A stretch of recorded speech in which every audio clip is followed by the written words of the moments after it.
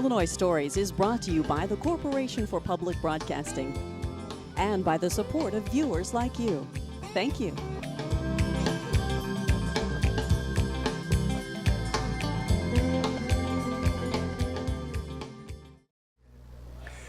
Hello, welcome to Illinois Stories. I'm Mark McDonald at the Logan County Airport in Lincoln with about 50 of our favorite viewers who are with us today on the road with Illinois Stories. We're starting in Lincoln. We're going to head up to Atlanta where the Hawes Grain Elevator Museum is. That's always a treat. Then we're going up to Funk's Prairie Home in Shirley where the Rock and Gem Museum and the home and of course the new Barn Museum lie. But first, let's get started here at the Heritage and Flight Museum. Welcome to the Heritage and Flight Museum here in Lincoln, Illinois. And you'd be interested in knowing that this building that you're in is an actual World War II barracks. It was over by Canton, Illinois, and we're not sure what this building was actually used for, but there were actually German prisoners of war that were at that location. And they moved it here in 1950 when they opened up the airport here in Lincoln. And all of the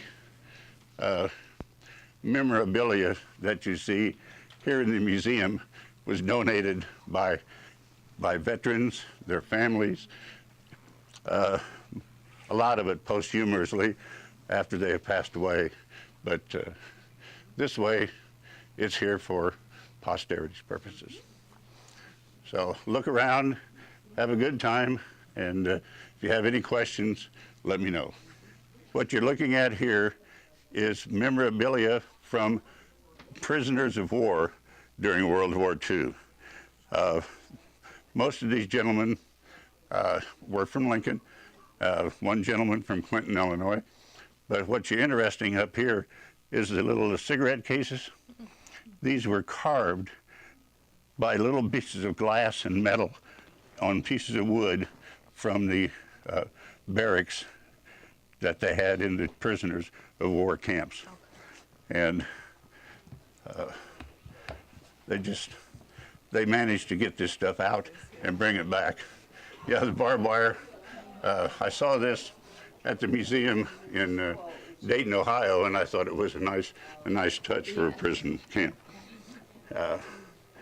But all of these gentlemen made it back, but by now, the gentlemen have passed away. So, if you look in here, this is a really interesting part of the history of World War II. What you're looking at here are shells and ordnance that was actually made in Illiopolis, Illinois, which is about 30 miles from here. And it was one of the larger munition plants and the largest one in Illinois. And as all things, people took home souvenirs. And then after the war, then they donated them to the museum. So all of this stuff we call the home front room, because this is the type of stuff that you would find in people's homes. As you notice, we have pictures that would hang in the windows to show that your son was in the military. Pictures of all the bombers, the locations, and ideas of what the people would send home when they were in the military. One of the largest things that the people would send home were the pillowcases, as you can see on the wall up here. All types of pillowcases. Navy, Army.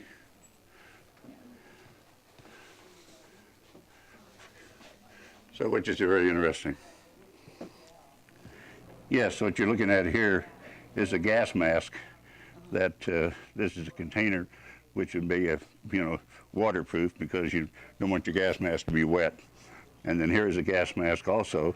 This is a World War II model, and the canister down here has the air and the filter in it because the mustard gas in World War II, which was used by both the Germans and us, was something that you didn't want to mess with. But yeah, that's it. And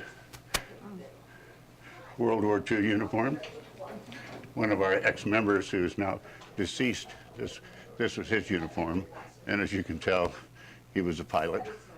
during World War II.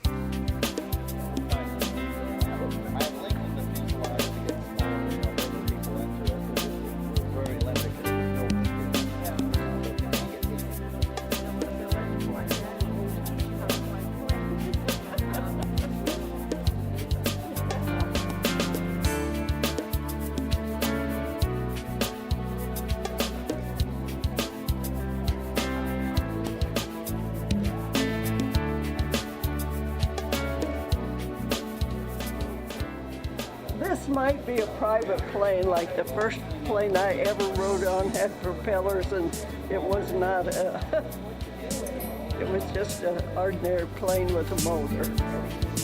Thank you.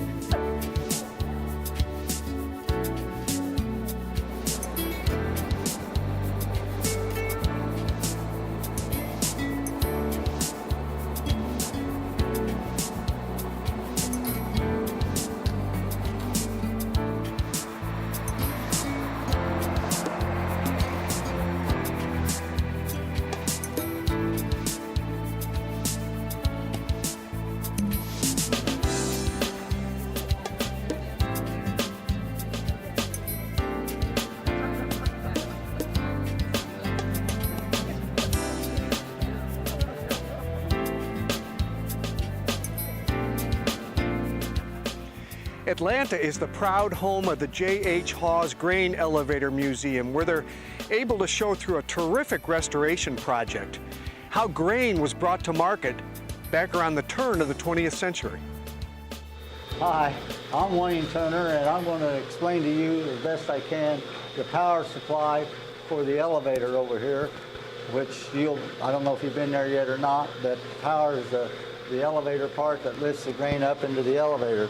Over here we have the motor, which it's a Fairbanks 10 horsepower motor that came from an elevator about 3 or 4 miles west of town, which is restored and it does run, but we can't run it today.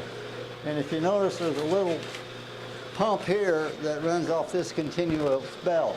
To start the motor, they flip this big thing and a guy can set the gas in the spark and it'll fire like old motors did. And then you notice there's a holding tank here with water in it, like a cistern, and that's the radiator. This pump here sucks the water out of that, which cools the motor, so it won't get hot while it's running. And up here is what we call the continuous belt and the shaft, like the old same thing they used to have up here at the blacksmith shop. They run different tools off these shafts. Well, when this motor's running, this belt here is engaged, which runs that shaft, which turns the belt. This is the electric motor is doing up here. And then that line goes, when you go outside, you'll see the line go into the elevator, which will lift the cups to raise the grain up to the top, which Jim will explain to you in here. And basically, that is the whole power supply here of the systems that is the power for to keep the elevator so it can work. And over there is just some checks and things, and it shows a picture of where they were taking the motor out of the old elevator out here. So, and somebody just asked a little bit ago, it's a 10 horsepower Fairbanks and Morse gasoline engine. So it's a gasoline aspirated engine. I'm Jim Coleman, live here in Atlanta. I wasn't born and raised here. I've been here for the last 35 years though. So I actually never operated this or anything, but have always lived on the farm. Okay, and the idea was to get the grain into places like this and get it to Peoria and off to southern Indiana, Decatur, and that was the reason this line was put in here and this elevator built on it. The way to get it transported way back then, they just were beginning to raise a little more than what they had to feed the livestock, is what brought this in, you see, and then from then on, people raised more and more than what they used. This is on the wagon here is like on a teeter-totter on those side pieces, and you drive on it, you lock them and drive onto it, and then you trip the lock and the wagon goes down, the grain slides out of the wagon into the pit. The pit has slanted floor. which feeds it into the boot of the lift. Over here. And it goes in these cups up the top and any of the bins. 3 over here and 4 big ones, full-length ones there, plus the way-out bin there in the middle. Okay, I'm Homer Hamlin. Going to show them the scale house, which belonged to the Crackerjack Company at first in Lanier, Illinois. The object of this one was, as they brought the wagon load of corn in, they weighed it on the scale, went inside the elevator, dumped the grain, left the elevator, made your circle, come back in, weighed on the scales, empty. That way you took your full weight and empty weight, and then you got your how much corn you had in it. You got your receipt. You got the receipt. And then you got 5 cents a bushel. Well, that was in the third Jew, yeah. You can remember that? Oh, yeah. That's before my time. I'm younger than that. But this building actually belonged to the Crackerjack Company. They brought it over from Stanford, Illinois, and put it right back on the same platform. Same foundation. The scales itself come from a farmer east of Atlanta. They did a lot of work on them, of course, and actually works. In fact, we could even open the elevator up now and take in grain, but we don't know what we'd do with it if we did, because there's no way to ship it out. Well, that boxcar would leak anyhow. Probably would by now. Yeah. I know the hole's got floors in it. What? We keep patching it up, but the holes get there bigger, before we do. But The holes have got floors in it. yeah, oh yeah. It's what you call a holy floor. After lunch in Atlanta, we went up the highway, up I-55 to Shirley, where the Funk's Prairie Homestead is located. Now, this is a fantastic visit because the homestead itself was built by a family way before their time. And one of their hobbies and professions was rock hunting. So there's a huge rock museum there, as well as a new addition, the Barn Museum. All right, this is a photograph of Lafayette Funk, and he is the man who collected everything you see. He built this building, so everything you see, he did. This is his collection.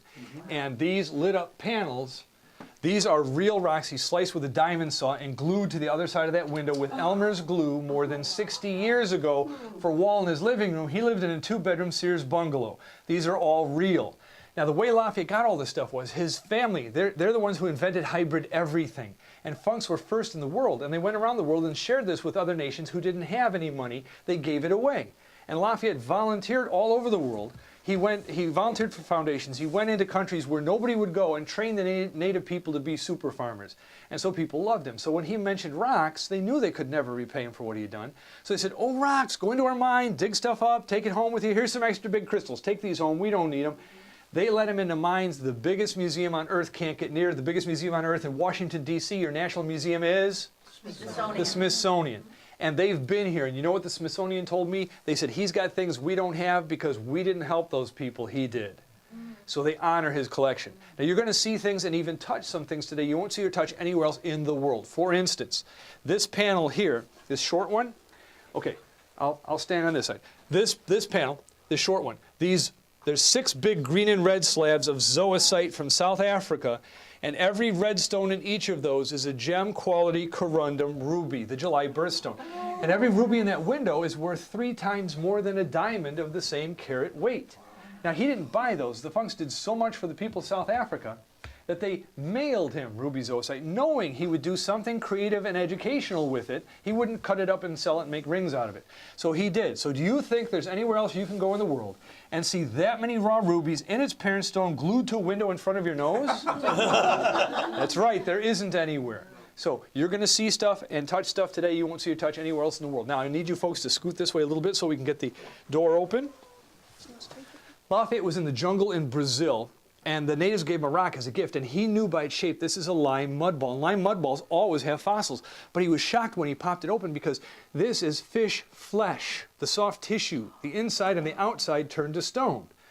And you can do high-powered scans through him and see his muscles and organs inside turned to stone. And I need everybody to put a finger up and feel that. You get to touch the petrified flesh, which you don't get to touch anywhere else because, first of all, they don't have one, and second of all, if they did, they wouldn't let you touch it, would they? So what a privilege. That's why I love working for the Funks and working here, because of things like this. Now, this guy died in a tropical jungle where it's hot and wet and you rot quicker. So degreed scientists pointed out that he petrified in less than a year easily. Of course. How would soft tissue last longer than that in a hot, wet, tropical jungle? That doesn't make any sense. So things petrify quickly. Now we're going to see more of that as we go. These two cases are petrified wood from twigs to tree trunks. So here is a twig with the bark still on it. Now listen to this.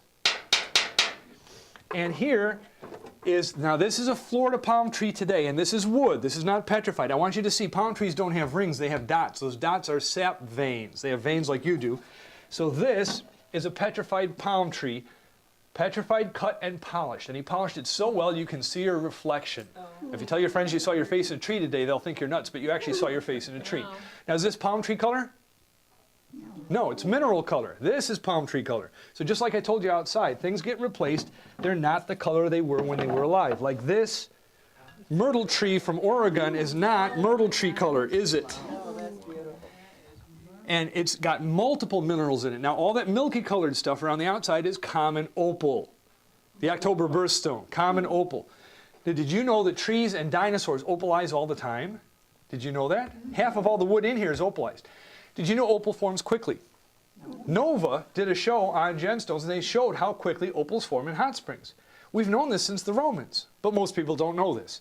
So there are hot springs around the world where they've studied this. There's a famous one in Japan where the scientists purposely put wood into the hot spring to study how fast it opalizes and petrifies, which is an average of 20 years or less. So that's incredible, folks, but they've done it over and over and over and over and over and over again, because that's how you do science, isn't it? You don't just do 1 or 2 or 3.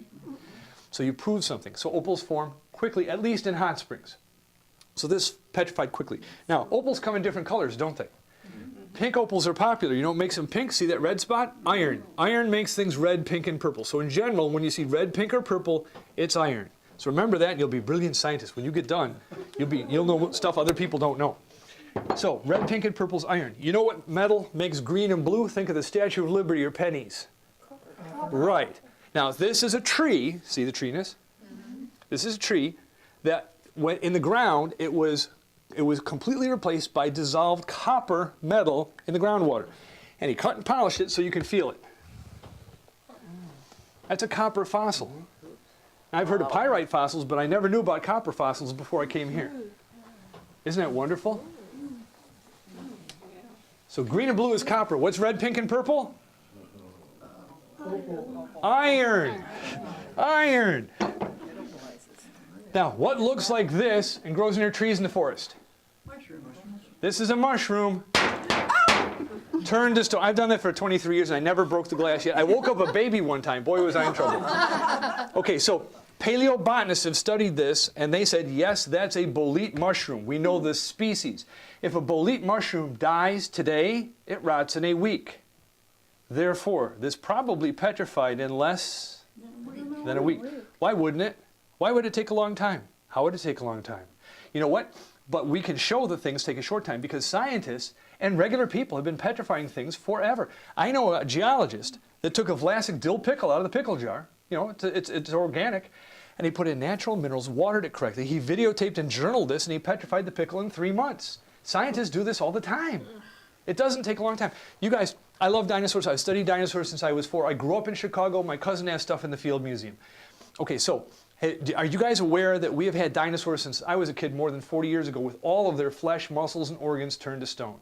Not a million of them, but enough of them. Dinosaurs, flesh, muscles, and organs turned to stone. And they found a hadrosaur, a duckbill, in 2007. And they did high-power scans through him, and they could see the pine cones and pine needles in his gut. And this is Bob Backer and Jack Horner and guys who are the top dinosaur guys. So it has to be fast because soft tissue doesn't stick around. So now, you guys, touch that. That's the only petrified mushroom in a museum in the world. We don't know about private individuals, but no other museum has a petrified mushroom like we do. And you get to touch it. Other museums wouldn't even let you breathe on it, would they? All right, I'm Emma, and we are in the Murphy room. And we call this room the Murphy room because this is a Murphy bed. And I can pull this bed down a little bit, and it won't hit anybody. And when it comes down, this leg comes down, has a lock on this side. The other leg has a lock on the opposite side. When it's all the way down, the back of it slides up, gives you a very nice headboard, and it's always made and ready to go. They're making these Murphy beds again today. They're just not quite as fancy as this, with the mirror and on wheels. And this was originally one of the boys' bedrooms. Now over there, that is Eugene Funk Sr.'s desk. We had that he had it at the seed company. Now it's here. On the desk is an old typewriter. There's copies of the Breeders' Gazette since Lafayette bred cattle. Now to the left of the desk on the wall right there, the 5 gentlemen in the picture frame up there, the one in the middle that says Dad, that's Eugene Funk Sr., the founder of the seed company, and those are his 4 sons. He had 8 children, 4 boys, 4 girls. His boys worked for him. On top of the desk in the red frame, that's DeLoss, the man who put the generator in the house, and that's his wife, Sinabel. And in the picture frame next to him, those are his 3 daughters. Now over here, I'm going to move everybody.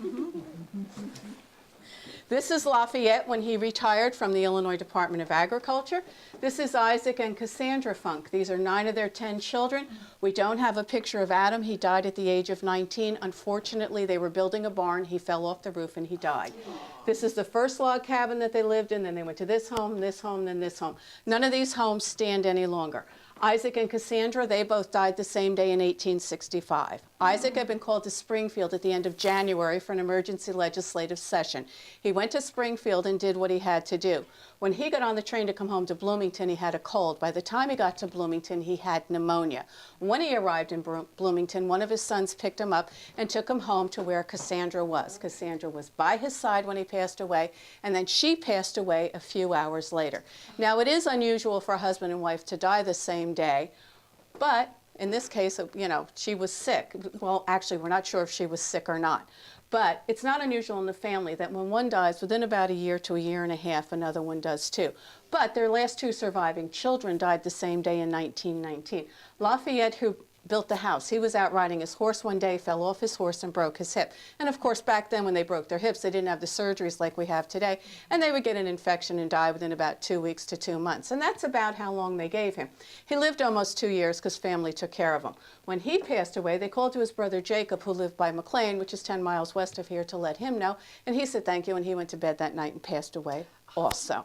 Now over here, this is Funk Farms Picnic, July 9th, 1915. There's over 10,000 people that came to this picnic. Now on the same day as this picnic, Jacob up here in Lafayette dedicated this rock to where this first log cabin was. And that's roughly where the Funks Grove Rest area sits today on Interstate 55.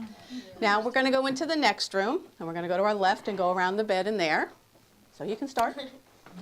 Don't back down the stairs. Yes, please don't fall down the stairs.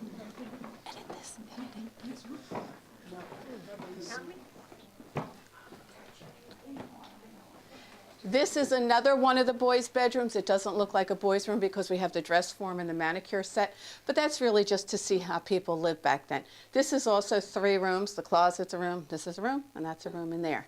Now, a lot of people look at this bed and don't think it's a full-size bed. It is. The reason it doesn't look like it is because it has a larger headboard. And this mattress is stuffed with corn husks. And at one time, all the mattresses in the house were. Now it's just this one and the crib mattress. And once or twice a year, you take all the old corn husks out and put all new in, and that would have been the job for the children to do. That room in there is the sewing room. In there is a dress form. On the dress form is the top portion of one of the Funk women's wedding dresses. All the pearls were sewn on by hand. So you can peek in there and then go straight back to the next room. And this was one of their garments? Yes. Anything that you see in the house is either original to the house or the Funk family somewhere along the way. The family lived in this house till 1971. So, yes. And then DeLoss lived in that garage apartment right there. So when his mother passed away, he and his wife and children moved here into the house. So, and they were things from what they tell me, there were things up in the attic, in the basement, so. And anything that you see in the house, if it's not original to this house, it's original to the Funk family somewhere along the way. Now this room right here is the cook's room. And no matter who your help was, they always lived over the kitchen. Usually got their heat from the kitchen, from a cutout in the floor, or a staircase going into the kitchen. But there's no cutout in the floor, and that staircase doesn't go to the kitchen. That staircase goes to a small back porch, and then her door is right next to the kitchen door. We'll be leaving off of that porch, so I'll show you where she comes out from. So she was treated so well. She had her own radiator right there. She had her own Jenny Lind bed. She had her own wardrobe. Notice there's no closet because she's the help. She had her own cedar chest of drawers, which also would have held the linens for the house besides.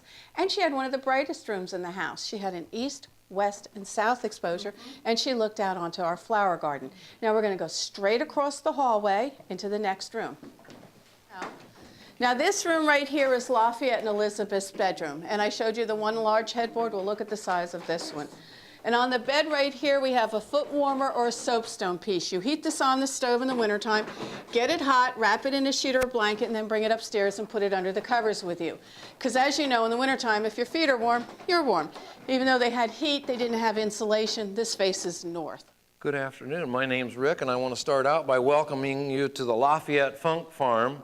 Lafayette, as you know, from your experience in the big house, the Prairie home, was the fifth son of a man named Isaac Funk. Now, Isaac happens to be my great-great-grandfather, so I love telling a story about him. He had lots of children. I'm sure you heard about that in the big house. 10. First 9 were all boys. That's a lot of boys in a row. 10th one was a girl. One of the boys, of course, died tragically. Adam fell out of a barn. He was helping rebuild on a neighbor's farm that had burned. Now, in the 40 years after my great-great-grandfather arrived here, he was able to acquire a huge amount of farmland, 25,000 acres. She told you about that. That's a lot of land, folks. Not 2,500, 25,000 acres. In the year 1858, he, Isaac Funk, decided that he was going to distribute this land that he had accumulated among his 9 surviving children. Lafayette, our guy, received the 2,000 acres we're standing on right here. That's a lot of land, too. In 1858, when he got the land, of course, farming was totally different, as you well know. No tractors, no engines, no cars and trucks. Horses and mules were all they had. Barns like ours were where the horses were kept, very important. And it was a hard life. There was no electricity either, so no power tools. Everything had to be done by hand. Here at the Funk Prairie home, we had these 3 great venues to tour. The Rock Museum behind me, the Barn Museum off to my right, and then the main home, which is the Prairie home over here. Every hour we would switch, and one group would go to the other, and we'd alternate. It was a terrific day, a little cold, but we had these inside venues to keep us warm. A reminder, we go on these On the Road with Illinois Stories trips twice a year in the spring and the fall if you're interested. With another Illinois story in Shirley, I'm Mark McDonald. Thanks for watching.